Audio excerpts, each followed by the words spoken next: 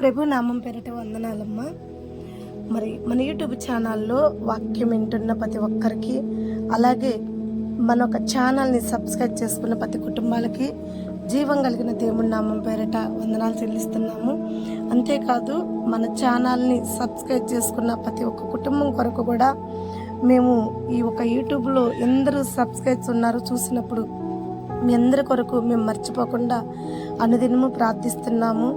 మరి మన కొరకు, మా ఒక సేవ కొరకు, మా ఒక పరిచర్య కొరకు కూడా తప్పకుండా మీరు అందరూ ప్రార్థిస్తారని కోరుకుంటున్నాం.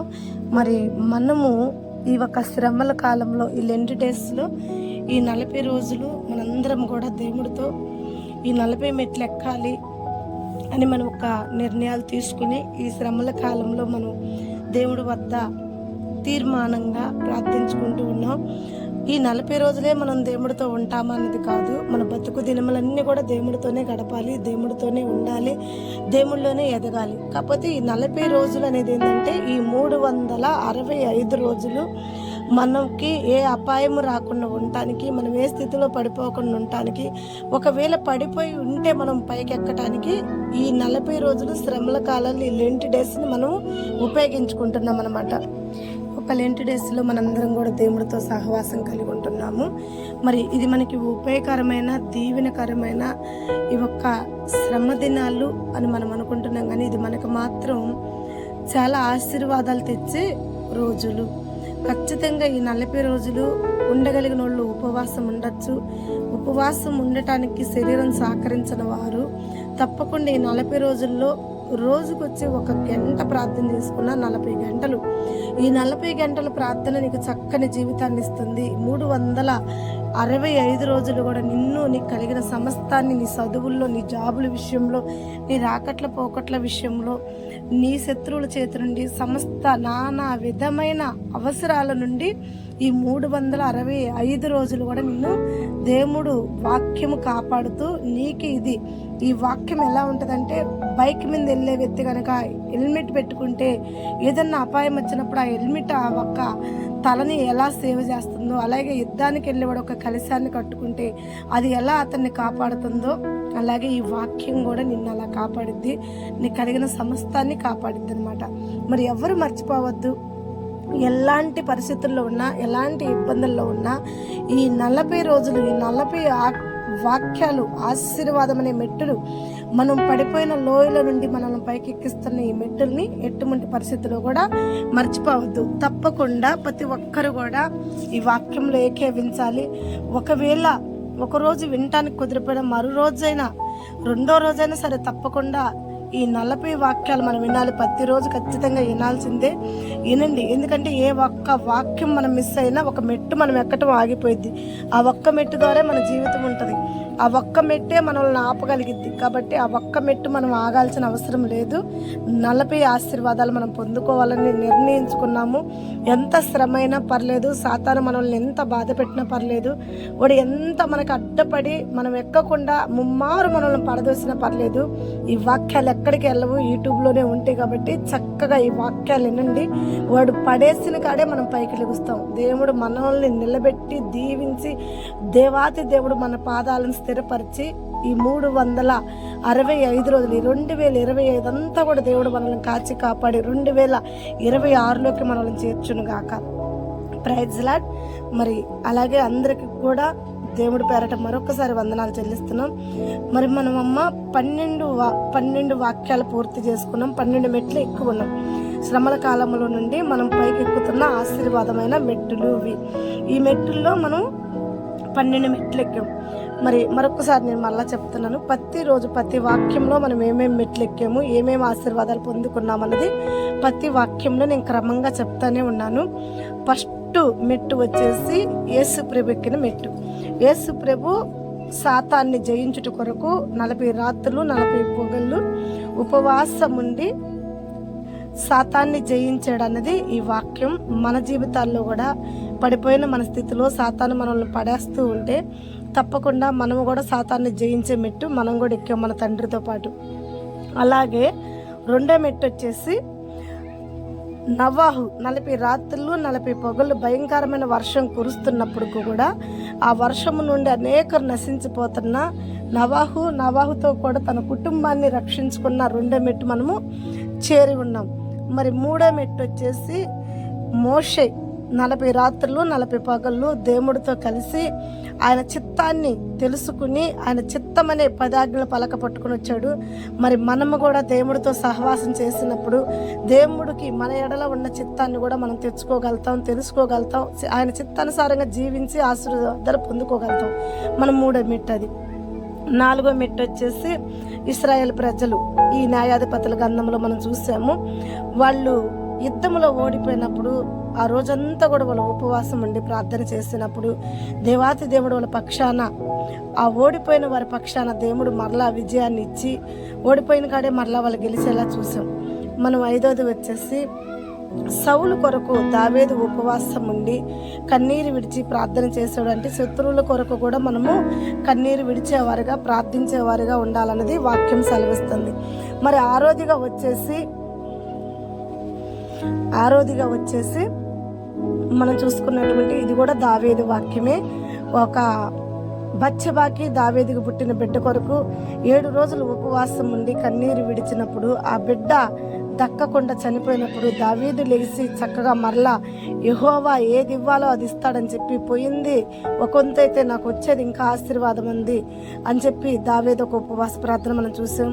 7వదిగా వస్తే ఏలియా ఒక ప్రార్థన. ఏలియా కూడా దేవదూత చేతిలో నుండి ఒక రొట్టె అప్పం తీసుకుని తిని ఆమె తెచ్చిన బుడ్డిలో నీళ్ళు తాగి 40 రాత్రులు 40 పగుళ్ళు తన శక్తికి మించిన ప్రయాణం కూడా చేయగలిగాడు.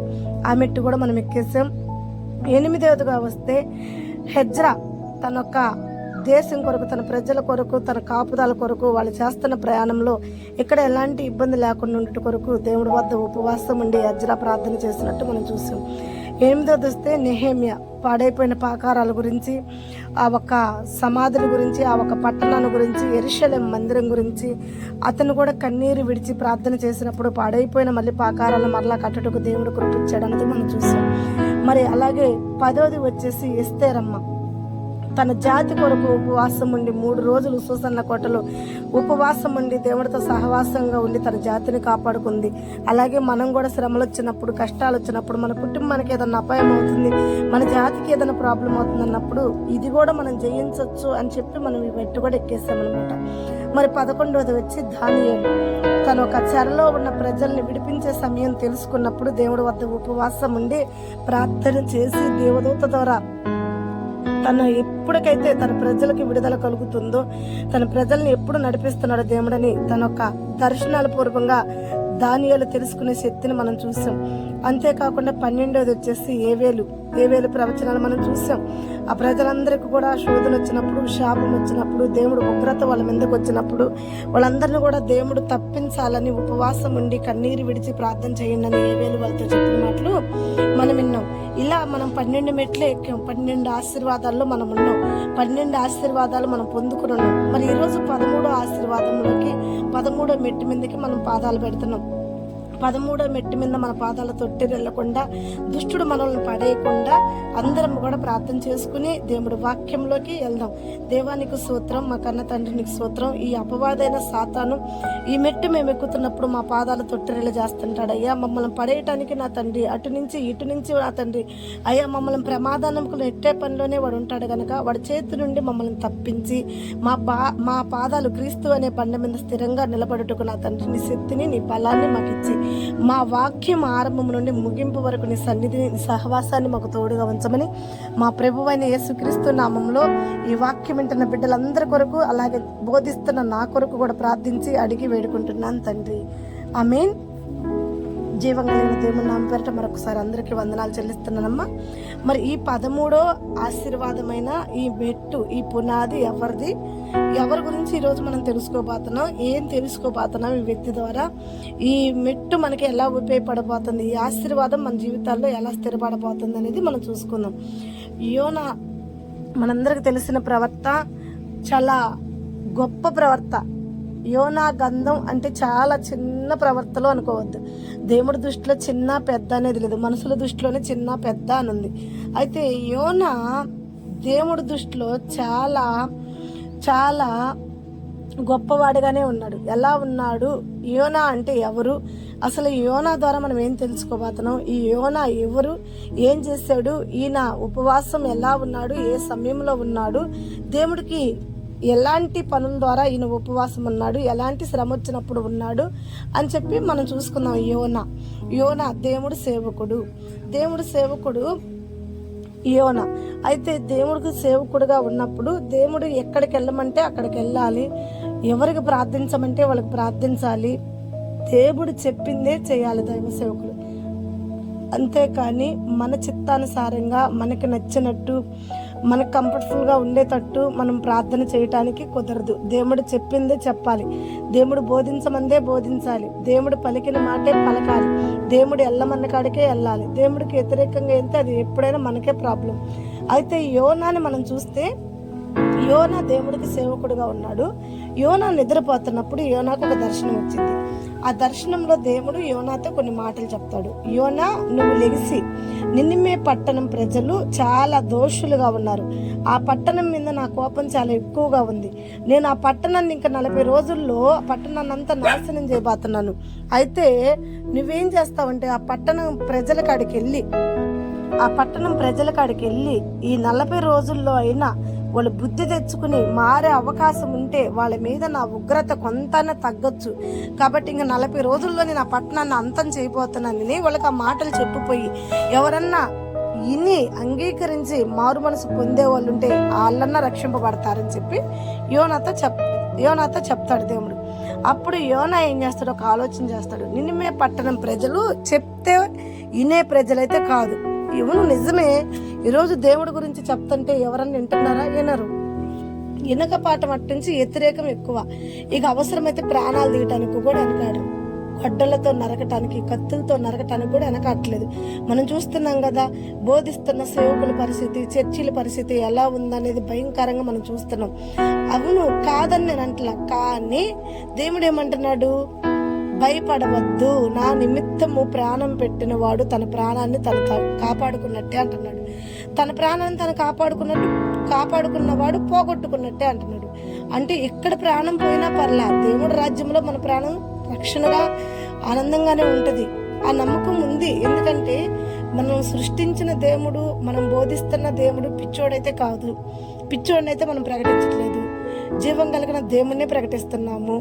ఆయన వాగ్దానాలు మనం వింటున్నాము. బైబిల్ సెలవిస్తుంది పరలోక రాజ్యం ఉందని, ఆయనతో కూడా మనం ఉంటామని, ఆయన సహవాసంలో మనం ఎదుగుతామని, యుగ యుగాలకి ఆడ మనం సజీవులుగా ఉంటామనేది వాక్యం సెలవిస్తుంది. ఏదైనా నమ్మాలి, ఎందుకంటే మనం అక్కడికి పోయి చూడలేదు కదా. నమ్మకంతోనే ఏదైనా జరగాలి. నమ్మితే దేవుని శక్తి చూస్తావనేది కూడా వాక్యం ఉంది. కానీ ఈ మాటలు మనం చెప్పినప్పుడు ఎంత వ్యతిరేకమైన ప్రజలు ఉంటారు. నువ్వు పోయి చూసావా, నువ్వు పోయి చేసావా, నువ్వు చూసి వచ్చావా, నువ్వు బతికావా, నువ్వు చచ్చావా, నువ్వు బోధించాలా, అద్దా ఇదని ఎన్నో భయంకరమైన ఇబ్బందులు వస్తాయి, ఎన్నో భయంకరమైన సమస్యలు వస్తాయి, శ్రమలు వస్తాయి, అవసరమైతే మరణం కూడా వచ్చింది. అయినా సరే మనల్ని పిలిచిన దేవుడు, మనం ప్రకటిస్తున్న దేవుడు గొప్పడని మనకు తెలుసు కాబట్టి 10 మందికి చెప్తున్నాం, 10 మందికి బోధించగలుగుతున్నాం ధైర్యంగా. ఎందుకంటే ఆయన గొప్పతనం మనం చూస్తున్నాం కాబట్టి, ఆయన గొప్ప అనుభవాలు మన జీవితంలో ఉన్నాయి కాబట్టి. ఇన్ని అనుభవాలు ఉన్న మనకే ధైర్యం చాలక మనుషుల వైపు చూసి భయపడితే మనల్ని పిలిచిన దేవుడు నమ్మదగిన దేవుడు అని జనం ఎలా నమ్ముతారు? సేవకులే నమ్మకపోతే విశ్వాస ఎలా నమ్ముతాడు? సేవకుడే భయపడితే, శ్రమను చూసి నువ్వు పారిపోతే నిన్ను దేవుడు కాపాడ్డా? నిన్ను దేవుడు మనం అనేకరికి బోధిస్తుంటాం, శ్రమ నిన్నేం చేయదు, శత్రువులు నిన్నేం చేయరు, భయంకరమైన జనాల మధ్య కూడా నిన్ను ఏం చేయరమ్మా, నిన్ను కాపాడతాం రమ్మా అని మనం చెప్తున్నప్పుడు, మనకే సమస్య ఎదురైనప్పుడు, మనకే ప్రాబ్లం ఎదురైనప్పుడు, మనకే ప్రాణాల మీదకి వస్తుందని మనం అదిరిపోతే ఇంకా అన్నిలు ఎలా నమ్ముతారు? దేవుని ఎలా అంగీకరిస్తారు?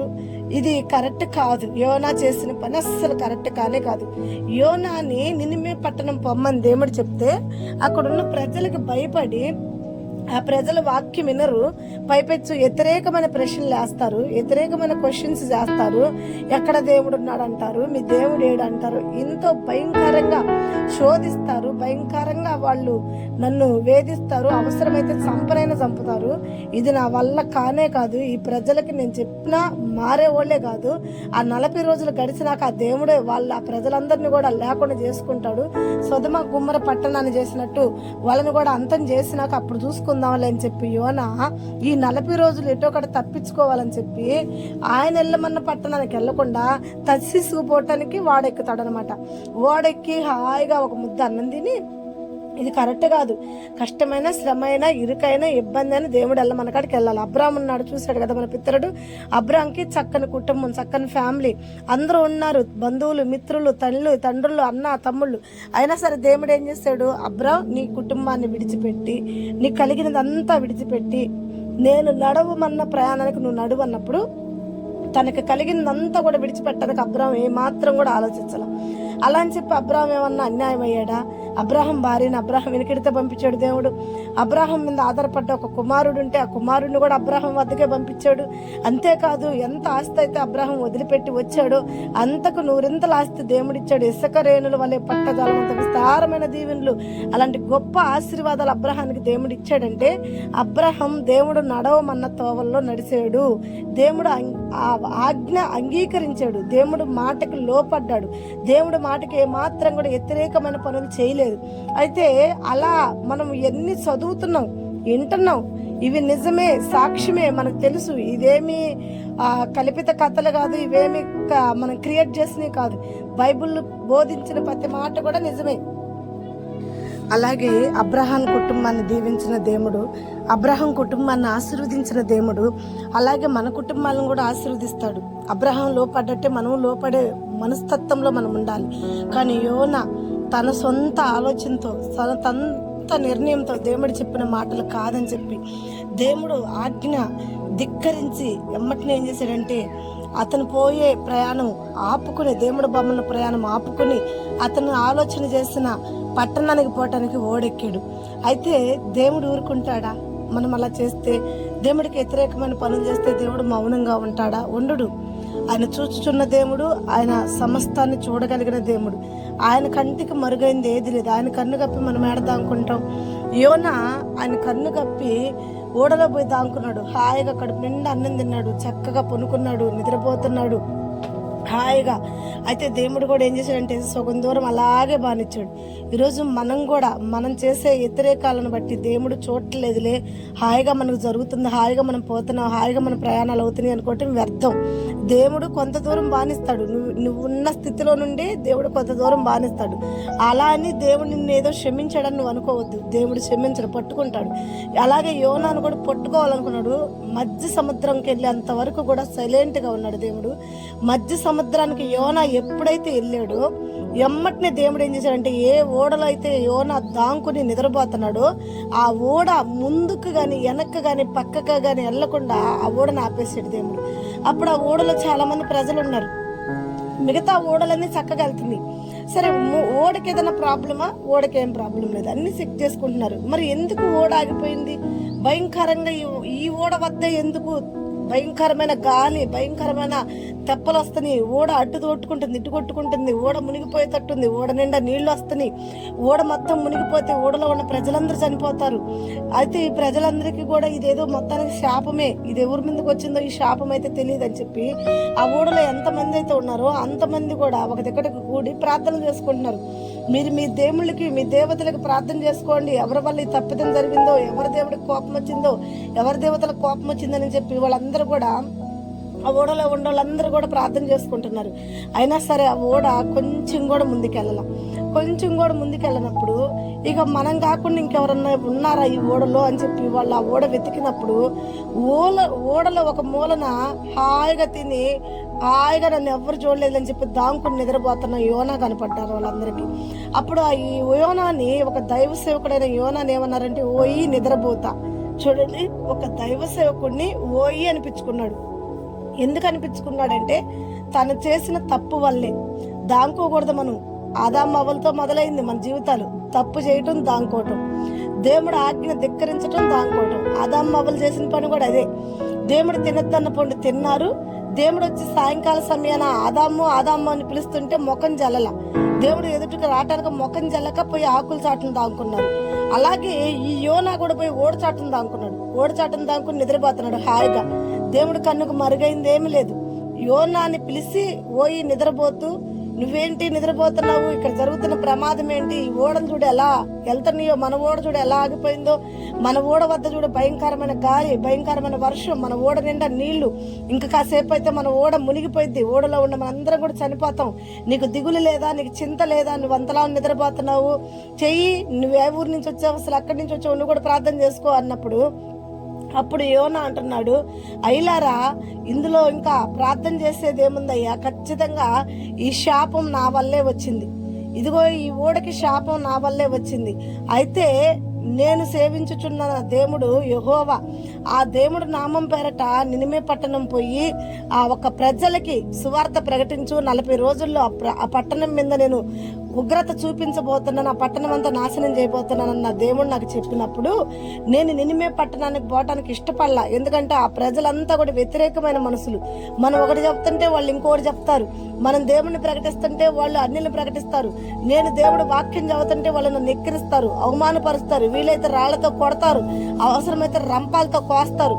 అలాంటి మనుషుల వద్దకు నేను పోవటానికి ఇష్టపడక, ఎలాగో దేవుడు ఉగ్రత దగ్గరికి వచ్చింది, 40 రోజుల్లో ఎట్టా వాళ్ళందరూ చచ్చిపోతారు కదా, కాబట్టి 40 రోజులు నేను అడగను పోయి ప్రార్థన చేసుకుందామని తసిసిపోదామని చెప్పి ఓడెక్కాను. ఈ ఓడెక్కి ఆయనకి ఇంక మీ అందరి కన్నుకి మరుగయ్యి ఆయన ఎదుట కూడా దాంకుని హాయిగా తిని ఓడలో ఒక మూలను పొనుకున్నాను. కనుక నా దేవుడు నన్ను గమనించలేదులే, నా దేవుడు నన్ను చూడలేదులే అనుకుని దాంకున్నాను. కానీ నా దేవుడు కన్ను, యెహోవా కన్ను లోకమంతా సంచరించింది అన్న సంగతి నేనే మర్చిపోయాను. కాబట్టి నిశ్చింతగా ఈ శ్రమ నాదే, నిశ్చింతగా ఈ శాపం నాదే అని వాళ్ళతో చెప్పినప్పుడు వాళ్ళందరూ అంటారు, మరి నీదేనని చెప్తున్నావు, మరి సీటీలు కూడా వేశారు. అప్పటికి సీటీలు కూడా జరుగుతాయి. యోనా అంత తేలిగ్గా కూడా ఒప్పుకోలేదు. యోనా ఎప్పుడు ఒప్పుకున్నాడంటే అందరి పేర్ల మీద సీటీలు వేసినప్పుడు యోనా పేరు వచ్చినాకే ఒప్పుకున్నాడు. ఇదంతా యోనా పేరే ఇచ్చాడు దేవుడు ఆ చీటీల్లో. అప్పుడు వాళ్ళు అడిగారు, నువ్వు ఎక్కడి నుంచి వస్తున్నావు ఏంటని. అప్పుడు ఈ జరిగిన స్టోరీ అంతా కూడా యోనా చెప్పాడు. కాబట్టి ఇంకా వాళ్ళందరూ కూడా యోనా చెప్పిన ఒక స్టోరీ విని దేవుడు ఒక శక్తి ఏంటో, దేవుడు ఒక ఆజ్ఞ ధిక్కరిస్తే దాని యొక్క ప్రభావాలు ఎలా ఉంటాయో తెలుసుకోగలిగారు. తెలుసుకుని మిక్కిలి భయపడ్డారు. ఆ ఓడలో ఉన్న వాళ్ళందరూ కూడా మిక్కిలి భయపడి ఎమ్మటిని యోనాని అంటున్నారు, ఇప్పుడు ఈ శాపం నీ వల్లే వచ్చింది, ఇప్పుడు నీ ఒక్కడ కూడా ఇంతమంది ప్రాణాలు పోయేటట్టుండి ఏం చెయ్యాలి మేమని చెప్పి అన్నప్పుడు యోనా అంటాడు, అయ్యల్లారా నాదే శాపం కాబట్టి, నా వల్లే ఈ గొడవ వచ్చింది కాబట్టి, నా వల్లే ఈ ఒక శ్రమ వచ్చింది కాబట్టి నిశ్చింతగా నన్ను లేపి ఈ నీళ్ళల్లో పడేయండి, అప్పుడు మీ ప్రాణాలు చాలా రక్షణగా, చాలా సంతోషంగా, ఏ భయం లేకుండా హాయిగా మీ ప్రయాణంలో మీకు సంతోషమైన ప్రయాణం జరిగిద్ది అని చెప్పి యోనా వాళ్ళతో చెప్తాడు. వాళ్ళతో చెప్పినప్పుడు ఎమ్మటినే వాళ్ళు ఏం చేస్తారంటే, దేవుడికి ప్రార్థించయ్యా, ఈ మరణానికి మాకు ఎటువంటి సంబంధం లేదయ్యా అని చెప్పి దేవుడికి ప్రార్థన చేసి ఎమ్మటినే వాళ్ళు ఏం చేస్తారంటే యోనాను లేపి ఆ సముద్రంలో పడేస్తారు. పడేసినప్పుడు కనికరము కలిగిన మన దేవుడు ఎవరి మరణాలకు కూడా మన దేవుడు ఇష్టపడ్డు. తప్పు చేసిన వారిని సరిచేసే దేవుడే గాని శిక్షించే దేవుడైతే కాదు. అయితే వాళ్ళకు మారు మనసు కలిగేంత వరకు మాత్రం కొంత వాళ్ళని మాత్రం శిక్షించకుండా మొదలుపెట్టడు. అయితే ఎమ్మటినే యోనాని ఒక సర్పం ఒక శాప కడుపులోకి పంపించినప్పుడు 3 రాత్రులు 3 పగళ్ళు ఆ సందర్భంలో యోనా ఉపవాసం ఉన్నాడనమాట. అతను ఏమి తినలేదు, ఏమి తాగలేదు. 3 రాత్రులు 3 పగళ్ళు శాప కడుపులో అతను ఉపవాసం ఉండి యెహోవా సన్నిధిలో దుఃఖాకాంతుడయ్యి తను చేసిన తప్పు తను తెలుసుకుని, అయ్యా ఈ భయంకరమైన ఈ మత్స్యమ్మ కడుపులో, ఈ చేప కడుపులో నేను ఉండలేకపోతున్నానయ్యా, అయ్యా ఈ చీకట్లో నేను ఉండలేకపోతున్నానయ్యా, నేను చేసిన తప్పేనయ్యా, నన్ను క్షమించయ్యా అని చెప్పి యోనా దేవుడు పాదాల వద్ద పశ్చాత్తాపడి కన్నీరు కార్చి యోనా ఈ 3 రోజులు ఉపవాసం ఉన్నప్పుడు కనికరం కలిగిన దేవుడు యోనా ఒక ప్రార్థన విని యోనా చేసిన తప్పును క్షమించి ఏ పట్టణానికి యోనాని సువార్త ప్రకటించమన్నాడో ఆ పట్టణమునికి తీసుకుపోయి ఆ చేప యోనాను వదిలిపెట్టేటట్టు యోనా ఏ చేప కడుపులో అయితే ఉన్నాడో ఆ చేపకి దేవుడు ఆజ్ఞాపించాడు. ఎమ్మటినే దేవుడు ఆజ్ఞ తీసుకున్న ఆ చేప యోనాని ఎమ్మటినే నినివే పట్టణం కాడ వదిలిపెట్టింది. అప్పుడు యోనా బుద్ధి తెచ్చుకున్న యోన దేవుడు ఆజ్ఞ ధిక్కరించకుండా అప్పుడు ఎలాంటి మనుషుల కొరకైతే భయపడ్డాడో ఆ మనుషులు ఎదుటికెళ్ళి ధైర్యంగా అక్కడే ఉండి సువార్త ప్రకటించాడు. బాగా బలంగా ఎవరికి భయపడకుండా శక్తి తెచ్చుకుని ప్రకటించాడు.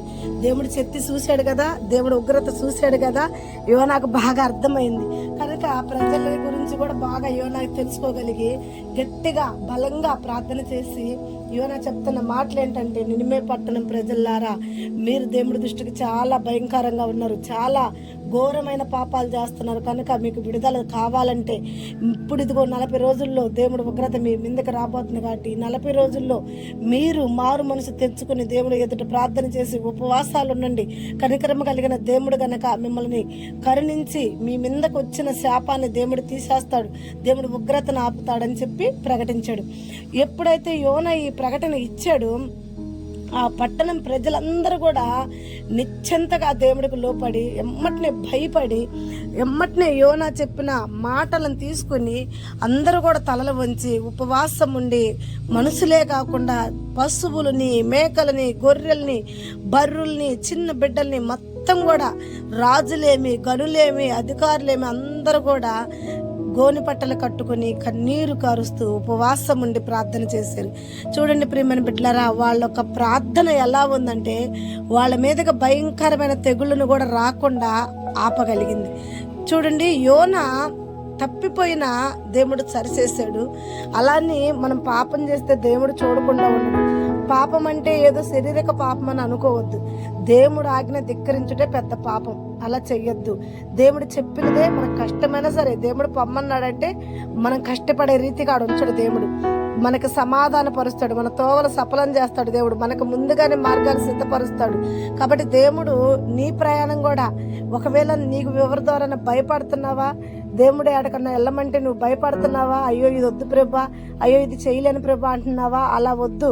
అలా చూడండి, పేతురు కూడా అలాగే చేశాడు. ఒక సమయంలో పేతురు కూడా ఆకలితో ప్రార్థన చేసుకుంటున్నప్పుడు నానా విధమైన జంతువులు వచ్చినప్పుడు దేవుడు అంటున్నాడు, పేతురు వాటిని చంపుకొని తినంటే, అయ్యో ప్రభా అవి నిషిద్ధమైన నాకు వద్దు అన్నప్పుడు దేవుడు అన్న మాట విన్నారు కదా. దేవుడు దీవించిన ఏవి కూడా నిషిద్ధం అనద్దు అని అన్నాడు కదా. అలాగే దేవుడు ఎల్లమన్న కాడికి భయంకరమైన మనుషులు, వాళ్ళు అట్లాంటి వాళ్ళు ఇట్లాంటి వాళ్ళు, నేను పాను, నేను మోషే చెప్పినట్టు పరు అలిగానోడు, నేను నత్తివాడిని, నేను మోగవాడిని, ఇలా చెప్పద్దు.